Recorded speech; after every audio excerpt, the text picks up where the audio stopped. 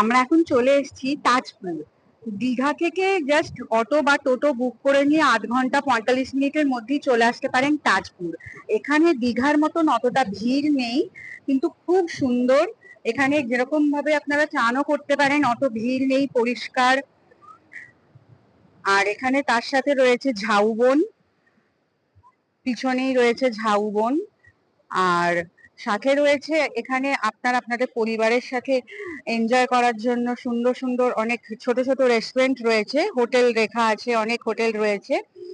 এই হোটেলগুলোয় আপনারা যেরকম বলবেন, মাছ,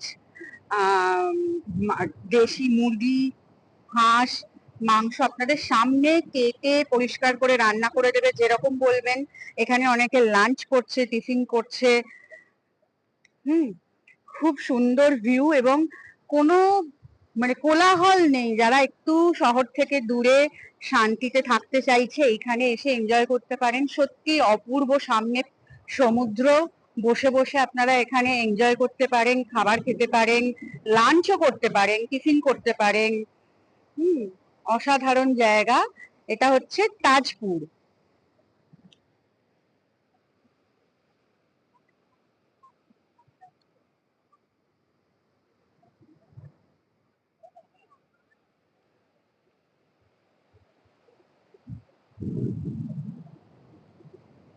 দীঘায় এলে এইখানে আসা যায়, বেশিক্ষণের টাইম তো লাগেই না। তা অটো বা টোটো বুক করে নিয়ে, আমাদের থেকে অটো নিয়েছে ৮০০ টাকা।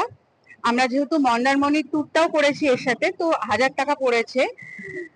তো একটু বার্গেনিং, এই সময়টা এখন পরপর 4 দিন ছুটি আছে বলে, বুদ্ধ পূর্ণিমা, স্যাটারডে সানডে পড়ে গেছে বলে একটু সবকিছুরই দাম বেশি, বার্গেনিং করতে হচ্ছে।